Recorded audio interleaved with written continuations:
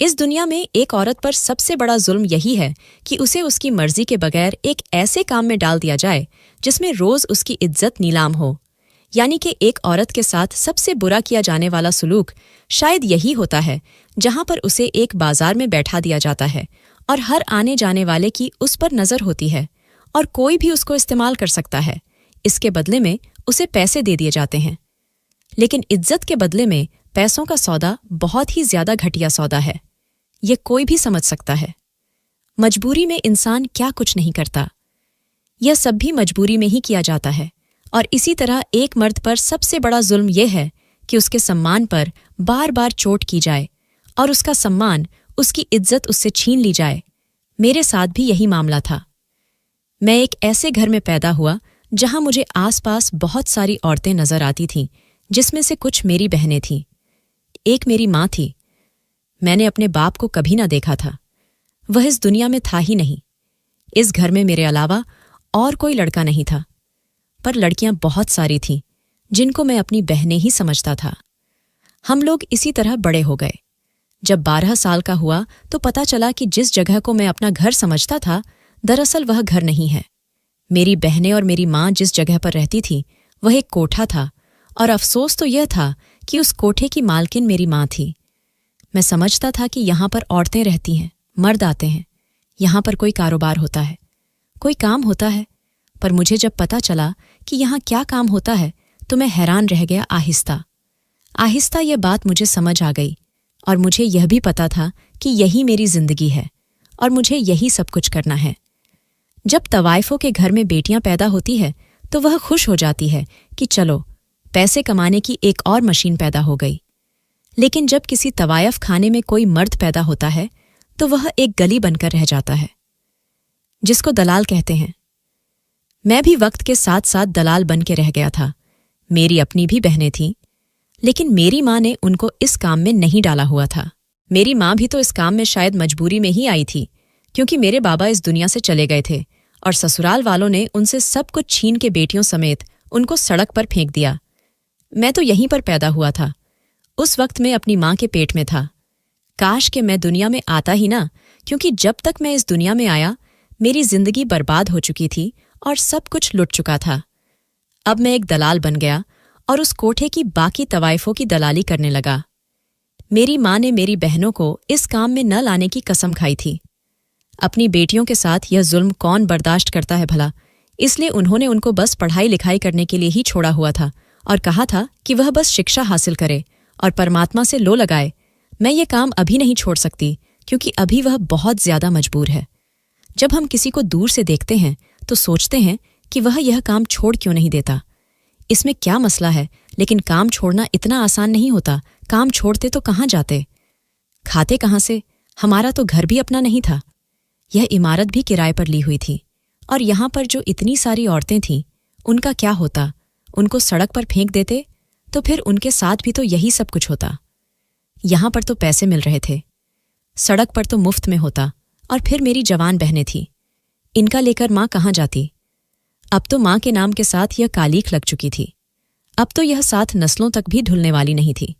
पर मेरी माँ की जिद थी कि मैं उनको अच्छी शिक्षा दूंगी, अच्छे संस्कार दूंगी और चुपके से ही इनकी सादगी के साथ शादी कर दूंगी, ताकि यह अपने घर की हो जाए और किसी को कभी पता ही ना चल सके कि हम लोग क्या काम करते थे। ऐसा होता है, बहुत से ऐसे लोग मिल जाते हैं जो इस तरह की लड़कियों से शादी कर लेते हैं, जिनके आगे पीछे कोई भी ना हो, ना उनको कुछ देना पड़ता, ना लड़कियां कुछ लेकर आती है।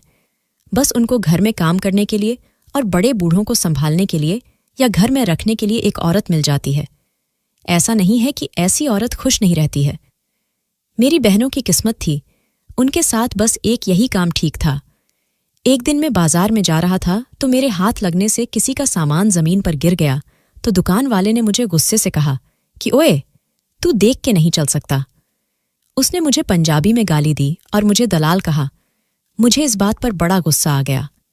मेरा उसके साथ झगड़ा हो गया। जब मैं घर आया तो मेरी माँ ने मेरे माथे पर जख्म के निशान देखे और कहा कि क्यों किसी से झगड़ा करके आया है। मैंने कहा कि झगड़ू नहीं तो और क्या करूं, लोग मुझे गालियां देते हैं। मैं खुद एक चलती फिरती गाली हूं। काश के तूने मुझे पैदा होते ही मार दिया होता, इस नर्क में पैदा ना होता। उसने कहा कि नर्क में सिर्फ तू ही है क्या? हम सब भी तो इसी नर्क में रह रहे हैं। मैंने कहा कि पर मेरी जिंदगी तुमसे ज्यादा बुरी है। इसमें मेरा क्या कसूर है कि मैं यहां पैदा हुआ हूं? मेरा क्या कसूर कि मेरे बाबा इस दुनिया में नहीं रहे? काश के हम लोग इज्जत से किसी एक ही घर में रहते। मेरा बाप भी मेरे सर पर होता तो यह सब कुछ ना होता। वह कहते हैं ना कि इंसान जो होता है अगर उसे उसी नाम से पुकारा जाए तो उसे गुस्सा आ जाता है।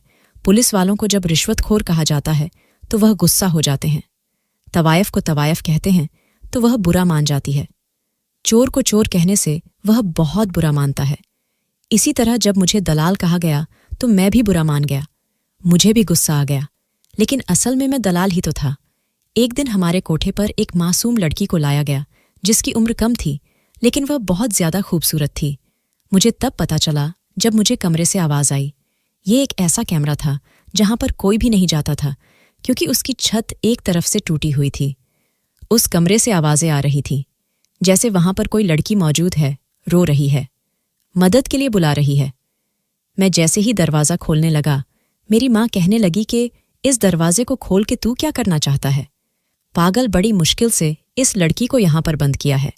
मैंने कहा कि लड़की को बंद किया है, लेकिन यहां पर तो वह औरतें काम करती है जो अपनी मर्जी से यह काम करना चाहती है। हमने कभी किसी पर जबरदस्ती नहीं की। मेरी माँ ने कहा कि अब जबरदस्ती करना पड़ेगी, क्योंकि जो औरतें यहां पर काम करती हैं वह सारी बूढ़ी हो गई है, मोटी हो गई है। ऐसे काम में औरत मोटी हो जाती है, उसकी खूबसूरती खत्म हो जाती है, इनकी उम्र ज्यादा हो गई है। तुझे नहीं पता आजकल जमाना किस तरफ जा रहा है। लोगों को कम उम्र लड़कियां अच्छी लगती हैं, इसलिए इसको लेकर आए हैं। मैंने कहा कि जिस तरह से यह चिल्ला रही है, मुझे नहीं लगता कि अपनी मर्जी से आई है। मेरी माँ ने कहा कि अपनी मर्जी से नहीं आई है। मेरी माँ ने कहा कि अपनी मर्जी से नहीं आई है। इसके माँ बाप की मर्जी थी, लेकिन इसकी मर्जी नहीं थी। हमने इसकी मोटी कीमत चुकाई है। अब यह यहीं पर रहेगी और काम करेगी जो पैसे हमने इसके माँ बाप को दिए हैं। वह 1-2 महीने में पूरे हो जाएंगे। इसके बाद सारी जिंदगी हमें प्रॉफिट देगी। मैं अपनी माँ को हैरान होकर देख रहा था। मैंने कहा कि माँ, अगर इंसान मजबूरी में कोई बुरा काम कर रहा है तो इसका मतलब यह तो नहीं है कि वह नीचता की सारी हदें पार कर जाए। आपने किसी की बेटी को खरीद लिया, आपकी अपनी भी 4 बेटियां हैं। मेरी माँ ने कहा, खबरदार, जो मेरी बेटियों का नाम लिया तो तेरी भी तो वह बहनें हैं। तुझे शर्म नहीं आती? उनका नाम लेते हुए या मुझे उनका नाम लेकर डराते हुए। भगवान ना करें कभी उनके साथ यह सब कुछ हो। और वैसे भी इसके माँ बाप ने खुद इसे बचा है। हम जाकर इसको अगवाह करके नहीं लाए हैं। हमने इसे खरीदा है, कीमत चुकाई है, और कारोबार तो इसी तरह होता है। और तुझसे तो मैंने वैसे भी बात करनी थी। इस कमरे में जाने की तू कोशिश ना करना, ना ही इसकी मदद करने की कोशिश करना। मुझे पता है तेरे दिल के अंदर बड़ी इंसानियत बसी हुई है जो कि अभी तक निकल जानी चाहिए थी। अब तूने काम यह करना है कि सबको बताना है कि हमारे कोठे पर नया माल आया है। जवान लड़की है, बिल्कुल कम उम्र कमसिन है, ताकि इसके लिए ग्राहक आ सके और इसके मुंह मांगे पैसे मिल सके। इसकी 1-2 तस्वीर में मैं तुझे दे दूंगी, वह भी उनको दिखा देना। अच्छे अच्छे ग्राहक लेकर आना, और जितने मर्जी लेकर आना, कोई फर्क नहीं पड़ता। मैं अपनी माँ पर हैरान रह गया। मैंने कहा कि यह मेरी माँ क्या कर रही है। मैं खामोश हो गया। मैं उस लड़की को खाना देने के बहाने अंदर गया तो उसने कहा कि मुझे जहर क्यों नहीं दे देते ताकि मेरी जान बच जाए। मैंने कहा कि खाना खा लो, नहीं तो मर जाऊंगा। उसने कहा कि मर जाऊं तो ज्यादा अच्छा है। अगर मेरी मदद करना चाहते हो तो मेरा गला दबा दो ताकि मेरी जिंदगी खत्म हो जाए, नहीं तो यही सब कुछ होता रहेगा। मैंने कहा कि मुझे माफ कर दो, मैं कुछ नहीं कर सकता। पता नहीं क्यों इसके लिए ग्राहक लाने का मेरा दिल ही नहीं कर रहा था। माँ को मैंने कहा कि 1-2 दिन हो गए हैं, लेकिन मुझे कोई ग्राहक नहीं मिला। मेरी माँ ने कहा कि ऐसा हो ही नहीं सकता। लगता है तू अपना काम ठीक तरीके से नहीं कर रहा है। जवान लड़की के लिए ग्राहक क्यों नहीं मिलेगा? तुझे तो मैंने इसकी अच्छी अच्छी तस्वीरें भी दी थीं। मैंने कहा कि मुझे नहीं पता वह तस्वीरें कहाँ हैं। शायद मैंने किसी कमीज में रखी थी, कपड़ों के साथ ढुल गई होगी। उन्होंने कहा कि बेड़ा गर्क हो तेरा, अब इसकी तस्वीर दोबारा कैसे लेंगे? आजकल तो इसकी हालत ही बड़ी अजीब सी है। ऐसा मरा सा मुंह निकाला है इसने। मैंने कहा कि मुझे इसकी दलाली नहीं करनी, ये अपनी मर्जी से यह सब नहीं करना चाहती है। मेरी माँ ने कहा कि जब बाकी औरतों के लिए लेकर आता है तो इसके लिए क्या हो गया तुझे? तूने इसको बहन बना लिया है क्या? मैंने कहा कि ऐसी बात नहीं है, लेकिन बाकी औरतें अपनी मर्जी से यह सब काम करती है और यह सब नहीं करना चाहती। हमें इसका श्राप लगेगा, यह कोठा खत्म हो जाएगा। मेरी माँ ने कहा कि कभी कोठे भी खत्म हुए हैं क्या? बुराई कभी खत्म नहीं होती। इतना कहकर वहां से चली गई और उस लड़की की दलाली करने के लिए किसी और को कह दिया। मुझे इस बात से फर्क नहीं पड़ता था। मैं इस बात पर खुश था कि चलो, ये पाप मेरे सर तो नहीं आएगा। वैसे मेरे सर पहले ही बहुत से पाप थे, मैं और पाप नहीं लेना चाहता था, किसी मासूम की आह नहीं लेना चाहता था। लेकिन माँ कहती थी कि हमारे कोठे को नजर लग गई है, क्योंकि अब हमारे कोठे पर लोग बहुत कम आते थे। मुझे मेरी माँ ने कहा कि पता करके सारे ग्राहक कहाँ जा रहे हैं। मैंने पता किया तो बात बहुत बड़ी थी। बात यह थी कि हमारे ही गली में एक बहुत बड़ा कोठा बन गया था। उन लोगों ने बहुत अच्छी तरह की सेटिंग की थी, सब कुछ बहुत अच्छे तरीके से सजाया था।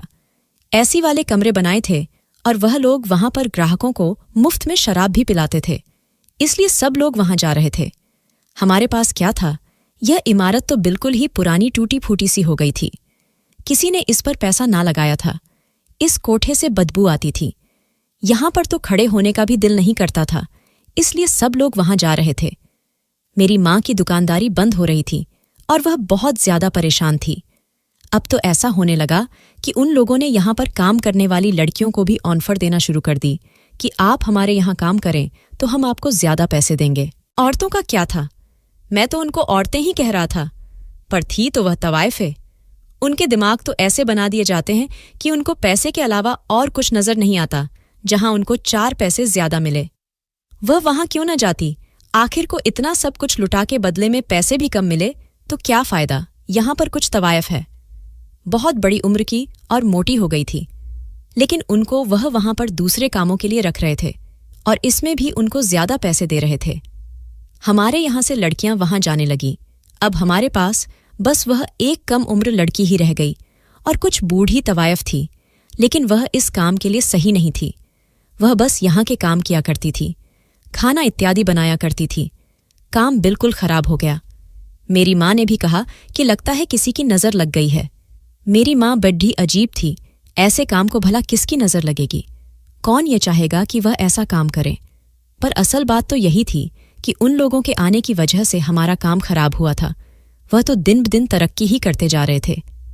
नई नई चीज लेकर आ रहे थे, नई फर्नीचर, नई सजावट, और उन्होंने दलाली करने के लिए जिन लोगों को रखा था वह शक्ल से बिल्कुल भी दलाल नहीं लगते थे, बल्कि बड़े अच्छे सूट बूट में फिरते थे और बड़े बड़े कद के लोग थे। सड़कों पर निकलते मेन सड़क जो कि बहुत बिजी होती, जहां पर अमीर अमीर लोग आते थे, वहां पर जाकर डीलिंग किया करते थे। इसके अलावा उनके पुलिस के साथ भी अच्छे खासे संबंध थे। कोई उनको छेड़ता नहीं था। हमें तो पुलिस को भी बड़े पैसे खिलाने पड़ते थे। वह लोग बड़ी ही चालाकी से इस कारोबार को चला रहे थे और हमारे यहाँ सारे तरीके ही पुराने थे। इसलिए हमारा भट्टा बैठ गया था और मेरी माँ के पास अब खाने को भी कुछ नहीं था। ये इमारत तो अपना किराया भी नहीं निकाल रही थी। मेरी माँ मुझे कहने लगी कि यह सब कुछ तेरी वजह से हुआ है, तूने ही मनहूसियत डाली थी। मैंने कहा कि ऐसी जगह पर मैं क्या मनहूसियत डालूंगा, यहां पर तो पहले ही मनहूसियत फैली है। दिन ब दिन हालात और भी ज्यादा खराब होने लगे। मेरी बहनों के खर्चे पूरे नहीं हो रहे थे, उनकी जरूरतें भी पूरी नहीं हो रही थी और मेरी माँ बहुत ज्यादा परेशान थी। वह कहते हैं कि जो जितना ऊपर जाता है वह उतना ही नीचे जरूर आता है। शायद मेरी माँ का उल्टा समय शुरू हो गया था और वह दिन रात मुझे कोसती थी, क्योंकि मैं ही उस पूरे कोठे में एक ऐसा बंदा था जो यह काम मजबूरी में करता था। मैं इस काम को करना नहीं चाहता था। मैं तो चाहता था कि यह सब कुछ खत्म हो जाए। मैंने एक दिन माँ को कहा कि आप यह सब कुछ छोड़ दें, मैं हूं ना, मैं मेहनत मजदूरी करूंगा। हम कोई छोटा सा घर लेंगे, वहां पर इज्जत से रहेंगे, बहनों की शादियां करेंगे। हम चाहे तो इस जिंदगी से निकल सकते हैं। हम इस जिंदगी में मजबूरी में आए थे, तो एक मजबूरी ही हमें यहां से निकाल सकती है। मेरी माँ ने कहा कि चुप करो, ऐसी बात भी ना करना। मैं जहां जाऊंगी लोग मुझे पहचान जाएंगे। और तू क्या समझता है, तुझे रोज रोज मजदूरी मिलेगी? तेरी मजदूरी से सिर्फ दाल रोटी पूरी होगी। ऐसी जिंदगी हमें नहीं गुजारनी। जब यहां पर अच्छे हालात थे तो दाल रोटी का तो सवाल ही पैदा नहीं होता था। हर रोज तरह तरह के पकवान बनते थे, क्योंकि यहां पर लोग भी तो आते थे। लेकिन अब यह सब कुछ मेंटेन करना बहुत मुश्किल होता जा रहा था और मेरी माँ बेहद परेशान थी। और फिर एक और बुरी खबर हम पर कयामत बनकर टूटी कि वह नई लड़की जिसको लेकर आए थे, जो कम उम्र थी और सब कुछ अपनी हिम्मत से ज्यादा बढ़कर कर रही थी, इस दुनिया से चली गई। एक दिन कमरा खोला तो वह बेहोश पड़ी थी। बाद में पता चला कि उसने अपने ही किसी ग्राहक से ब्लेड मंगवाकर अपनी जान ले ली, क्योंकि हम उसके कमरे में ऐसी चीज नहीं रखते थे। उसने 1-2 दफा पहले भी खुदकुशी करने की कोशिश की थी, लेकिन अब उसको मौका मिल गया और वह चली गई। उसको जब आखिरी दफा देखा तो न जाने क्यों मेरी आंखों में आंसू आ गए। मैंने मां को कहा कि देख, यह भी तेरी बेटियों की उम्र की ही तो है, इसके साथ जुल्म ना कर। मेरी मां ने कहा कि जुल्म तो अब हमारे पर भी होने वाला है। यह हमारी आखिरी उम्मीद थी। अब कौन है यहां पर, बाहर जाकर लड़कियां ढूंढनी पड़ेगी और तुझे ही यह काम करना पड़ेगा। मैं जाता था, लेकिन मैं किसी को भी तलाश नहीं करता था, किसी से बात नहीं करता था। एक दिन तो एक औरत ने खुद मुझसे बात की कि वह काम करना चाहती है। मैंने उसे कहा कि बहन, अगर ज्यादा मजबूरी है तो भीख मांग लो, लेकिन इस काम में ना पढ़ो। वह हैरान रह गई। उसने कहा कि मैं तुम्हें जानती हूं, तुम तो खुद यही काम करते हो और हमें सबक पढ़ रहे हो। मैंने उनसे कहा कि बस सबक पढ़ा रहा हूं तो पढ़ लो, नहीं तो जिंदगी ऐसा सबक सिखाएगी कि 4 चांद नजर आ जाएंगे।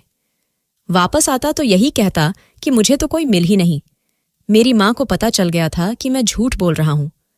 आखिर वह मेरी मां थी, और मां तो औलाद की नजर तक पहचान जाती है। मेरी मां ने इस काम के लिए दूसरे इंसान को रख लिया। मैंने उसे कहा कि अगर उसने यह काम किया तो मैं उसको कभी माफ नहीं करूंगा। मैंने उसको भी डरा धमका दिया और वह भी यह काम छोड़कर भाग गया। उसको काम की कमी नहीं थी। मेरी मां ने मुझे ही अपना दुश्मन समझ लिया। उसने कहा कि अब मैं अपने हालात खुद हाल सुधारूंगी, तुझे कुछ भी नहीं कहूंगी। तू तो गद्दार निकला, तूने हमारे साथ गद्दारी की है। मैंने कहा कि आपने कौन सी मेरी बहुत अच्छी परवरिश की है जो आपके साथ अच्छा रहता। मैं भी वही करूंगा जो मेरा दिल करेगा। आई ने एक आदमी से बात कर ली थी। यहां पर एक घर था जो बहुत ही सस्ते में मिल रहा था। उसके मकान मालिक विदेश में रहते थे और उनका कोई पता नहीं था। यहां पर एक ही बूढ़ा बाबा था। उसके पास वह मकान था। वह भी इस दुनिया से जाने वाला था। उसने बहुत कम किराए में मुझे वह मकान देने का वादा कर लिया। मैंने अपनी बहनों से बात की। मैंने कहा कि देखो, जो मैं कहूंगा वह तुम लोगों को करना पड़ेगा। तुम लोगों से छोटा सही, पर मैं तुम्हारा भाई हूं और मैं तुम्हारी हिफाजत करूंगा। तुम लोग मेरी बात मानोगी। उन्होंने कहा कि भाई, आप जो कहेंगे हम वही करेंगे, हमें नहीं चाहिए बड़े बड़े घर और अच्छे खाने, हमें बस इज्जत की जिंदगी चाहिए। हमें तो डर लगता है, पता नहीं माँ का क्या अंजाम होगा। वह इस जिंदगी के बारे में सोचकर ही डर रही थी और ऐसी जिंदगी नहीं जीना चाहती थी। मैंने इस बात का शुक्र किया कि मेरी बहनें भी मेरे साथ मिली हुई है। उन्होंने कहा कि जो आप कहेंगे हम करेंगे और जहां कहेंगे हम आपके साथ चलेंगे। मैंने कहा कि ठीक है। एक दिन मैंने मां को रोते हुए देखा। उन्होंने कहा कि मेरा तो सब कुछ बर्बाद हो गया। मैंने जैसी जिंदगी गुजारी है मैं वैसे ही गुजारना चाहता हूं। अब क्या होगा? मेरी मां के साथ भी बुरा हुआ था। मेरी मां मजबूरी में यहां पर आई थी और इस वक्त जो उस कोठे की मालकिन थी उसको मेरी मां ने कहा था कि मेरी बेटियों की तरफ नजर ना करना, लेकिन मैं तुम्हारे लिए काम करूंगी, और फिर उसकी जगह मेरी मां ने ले ली। मेरी मां की कहानी भी बडढ़ी अजीब सी थी, बड़ी दुख भरी थी। कहानी के 2 पहलू होते हैं। दुनिया हमेशा वह देखती है जो देखना चाहती है। वह भी शायद अपनी जगह बहुत मजबूर थी। दोबारा से गरीबी में नहीं जाना चाहती थी, क्योंकि जब उनको घर से निकाल दिया गया तो उन्होंने 1-1.5 साल बड़ी मुश्किल से गुजारा था। 7 4 बच्चियां थीं। पति इस दुनिया में नहीं था। ससुराल वालों ने घर से निकाल दिया। माँ बाप जिंदा नहीं थे। इधर उधर भटकती रही, लोगों के घरों में काम करती रही, लेकिन इस तरह से अपनी बच्चियों को खाना ना खिला पा रही थी जिस तरह से खिलाना चाहती थी। फिर मजबूरी में इस सब में आ गई। मेरी माँ उस वक्त मजबूर थी, लेकिन अभी गलती पर थी। अभी चाहती तो निकल सकती थी। इतने पैसे थे हमारे पास कि हम कोई छोटी सी दुकान ही बनाकर बैठ जाते, पर मेरी माँ मान नहीं रही थी। वह जिद लिए बैठी थी। एक दिन रात का वक्त था जब मेरे पास एक आदमी आया और कहने लगा कि मुझे माल चाहिए। मैंने कहा कि कोई माल नहीं है, कोठा बंद है। उसने कहा कि नहीं, मुझे पता चला है कि कोई है। मैं तुम्हें 1 रात के 2 लाख रुपए दूंगा, बस तुम मेरा मामला सेट कर दो। मैंने कहा कि जब कोई है ही नहीं तो भैया पैसे किस बात के दे रहे हो? उसने कहा कि नहीं, ऐसे नहीं आया हूं। बड़ा पुराना खिलाड़ी हूं मैं, मुझे पता है कि माल मौजूद है। उसने मुझे 2 लाख रुपये दे दिए तो मैंने भी फौरन पकड़ लिए। मैंने कहा कि लाओ दे दो, पैसे किसको बुरे लगते हैं, लेकिन वहां पर कोई नहीं है, पहले ही समझा रहा हूं। उसने कहा कि हाँ हाँ देखते हैं, बस वह कोठे में चला गया। मुझे पता था कि वहां कोई है ही नहीं। मैंने कहा कि बस जाकर वापस आ जाएगा और जाहिर है आकर मुझसे अपने पैसे भी मांगेगा तो मैं उसके पैसे उसको वापस दे दूंगा। लेकिन जब सुबह हुई तो एक खबर मुझ पर कयामत बनकर टूटी कि 2 लाख रुपये उसने जिस औरत के लिए दिए थे वह कोई और नहीं बल्कि मेरी माँ थी, जो दोबारा से इस तरफ आ गई थी और यह काम करना चाहती थी। मैं बहुत ज्यादा गुस्सा हो गया। आज मेरी गैरत जाग गई। मैंने कहा कि माँ, इतना भी क्या जुनून के आप इस हद तक गुजर जाए, आपको यह सब नहीं करना चाहिए था। अब आप यहां पर यही सब करें और मैं अपनी बहनों को लेकर जा रहा हूं। मैंने उनके लिए घर देख लिया है, घर किराए पर ले लिया है, मेहनत मजदूरी कर लूंगा, लेकिन अपनी बहनों को नहीं छोड़ूंगा, क्योंकि आज आप इस तरह वापस आई है, कल को मेरी बहनों को भी नीलाम कर देगी। मेरी माँ ने कहा कि नहीं नहीं, ऐसा नहीं करूंगी। मैंने यह सब कुछ तुम लोगों के लिए ही तो किया है। देखो, 2 लाख आ गए। मैंने उन पैसों के लात मार दी और मैंने कहा कि ये अपने पास ही रखें। मैंने अपनी बहनों को इशारा किया। वह सर झुकाकर मेरे साथ चल पड़ी। वह भी इस जिंदगी में नहीं रहना चाहती थी। मेरी माँ चीखती चिल्लाती रह गई कि मुझे छोड़कर नहीं जाओ, मैं अकेली हूं, मैं तो ये सब कुछ तुम सबके लिए कर रही थी। हमने कहा कि हमें ऐसे पैसे नहीं चाहिए। हम वहां से आ गए और उस छोटे से घर में मैंने अपनी बहनों को रख लिया। वह घर में बच्चों को ट्यूशन पढ़ाने लगी और मैं मेहनत मजदूरी करने लगा। 1 महीने बाद मेरी माँ भी वापस आ गई, क्योंकि मकान मालिक ने किराया न देने की वजह से उस घर से निकाल दिया था। हमारी माँ थी, उसे सड़क पर तो ना फेंक सकते थे। हमने भी उनको अपने घर में रख लिया और उन्होंने कहा कि वह कभी भी उस सब की बात भी नहीं करेगी और हमारी माँ बनकर हमारे घर में रहेगी, अच्छे तरीके से रहेगी। बस हमने उस जिंदगी को भुला दिया जो हम गुजार रहे थे और अब उनके साथ रहने लगे। ऊपर वाले का शुक्र है कि जैसे भी हो हम उस गंदगी से बाहर निकल आए, वरना तो लोग वहीं पे मर जाते हैं और उनकी जगह नए लोग आ जाते हैं और यह सब इसी तरह चलता रहता है और हम निकल आए। इस बात की हमें बहुत खुशी है। बस अब हमें परमात्मा इस सही रास्ते से ना भटकाए। अब मैं बहुत खुश हूं और मैं अब अपने आप को बहुत बेहतर इंसान समझता हूं। दोस्तों, वीडियो कैसा लगा कमेंट करके जरूर बताना। वीडियो को लाइक और चैनल सब्सक्राइब कर देना।